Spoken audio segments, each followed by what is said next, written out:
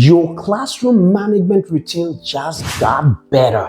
3 key elements every teacher has to know. And these 3 key elements I'm going to tell you have the power that is going to enhance the effectiveness of your classroom management routines. And your class will never remain the same. Quite unfortunately, when teachers have been able to gather all the ideas, all the plans in the world to get their classes in order, to make sure that their classroom management routines are working and they are at play, they don't go deeper, making these 3 key elements effective. Why? Because maybe they have no idea about those 3 elements I'm going to tell you today.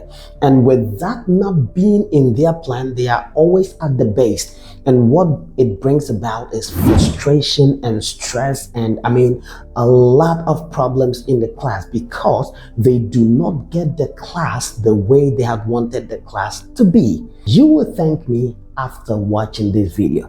Please, at this point, if you have not subscribed, make it a point to subscribe and tell a friend to tell a friend so that all of them can subscribe and join the family.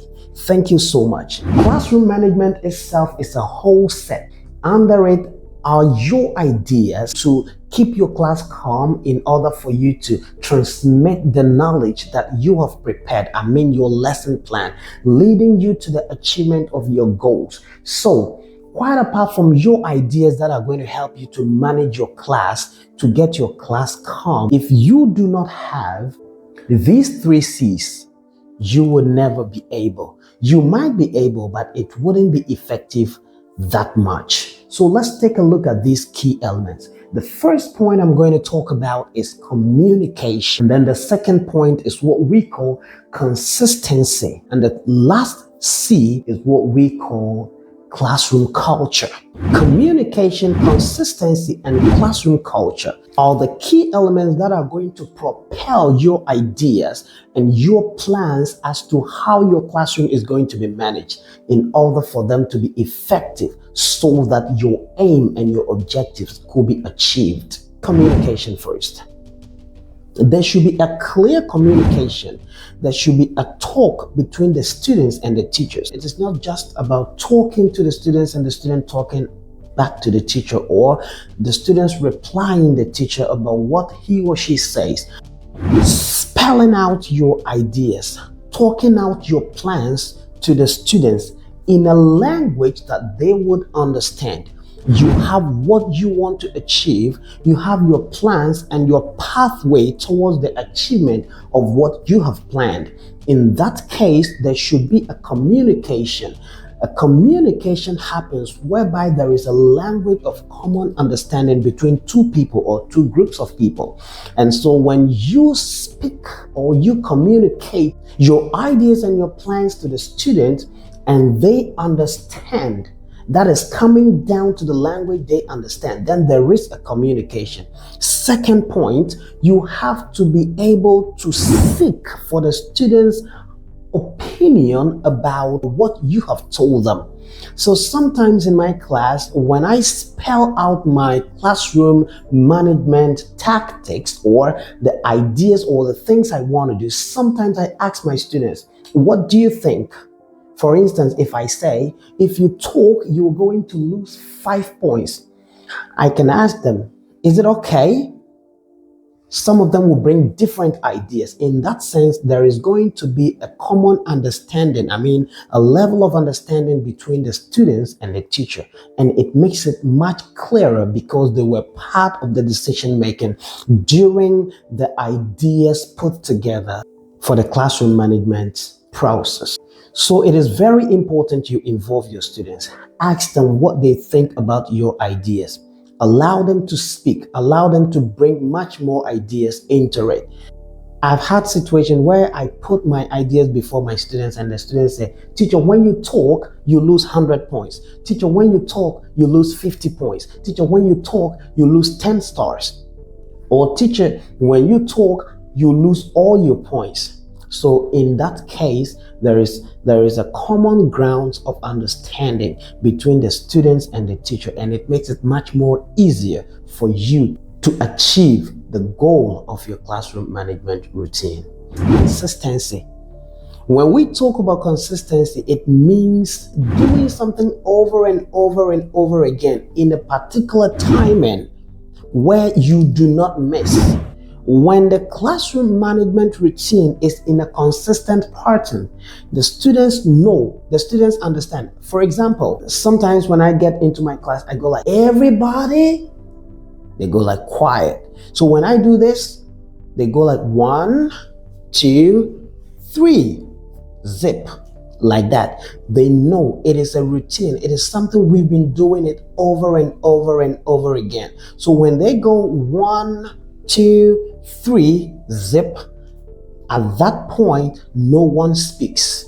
When I turn to the board and I begin to draw my lines to align the positions of the groups, every group tells their main group members, they go like, shh, shh, because now they know teacher has started and it is about points. The more your points, the closer you are to winning. The more you lose points, the closer you are to losing for the day. So when you get to the class, you go 1, 2, 3, routine. I turn to the board, I draw my lines, team 1, team 2, team 3, team 4. Then I turn back like this. Everybody is quiet. It is a routine. It is something I've been doing over and over and over again, and they understand. So when you keep on doing something over and over and over again, and you do not change, you don't go and, I think I need to change it, bring a new idea. It is good to be having new ideas all the time, but it is also good to be practicing something with your students over and over again, because they know the outcome, because they understand when they falter, they know what happens, they know what they are going to pay, they know the price for what they are going to do. So these things affect academically and behaviorally. So this is it. You need to be able to communicate with your students and also be consistent in your ideas and your plans as it is discussed with the students over and over again. It makes it easy for them to understand and comprehend your ideas in order to make your classroom management routines be effective. Last point is classroom culture. Positive classroom culture establishment goes beyond the rules and regulations. And this is a system whereby an environment is created overall for students to feel welcomed, valued, and safe at the same time. And they also end up creating a system for students to be able to share their backgrounds, cultures, experiences, perspectives, who they want to be, who they are, and who they wish to be. All these things coming together makes the student grow up completely and fully. It constitutes the overall growth of a student. Talking about positive classroom culture, it is a whole package. It is inclusive, respectful, collaborative.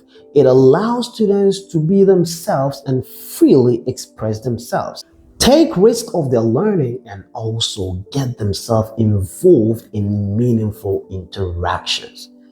If your classroom culture is positive enough, then it has to embody all these things.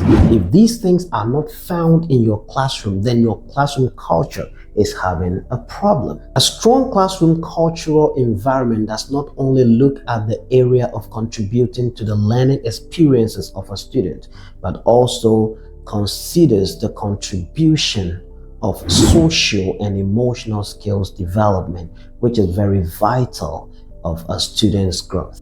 So in a nutshell, what I'm trying to say is that in as much as you have your ideas, your plans, and your suggestions as to how to put your class in check and in shape to make sure your students are stable to learn, you need to involve these 3 key elements to ensure that your classroom managements are as effective as you premonitored. See you in the next session, where we come together to discuss other vital information that is needed by the teacher and other educators to make the educational system and our students' lives better. See you. Hey, I forgot. Try to subscribe and tell someone to subscribe. See you.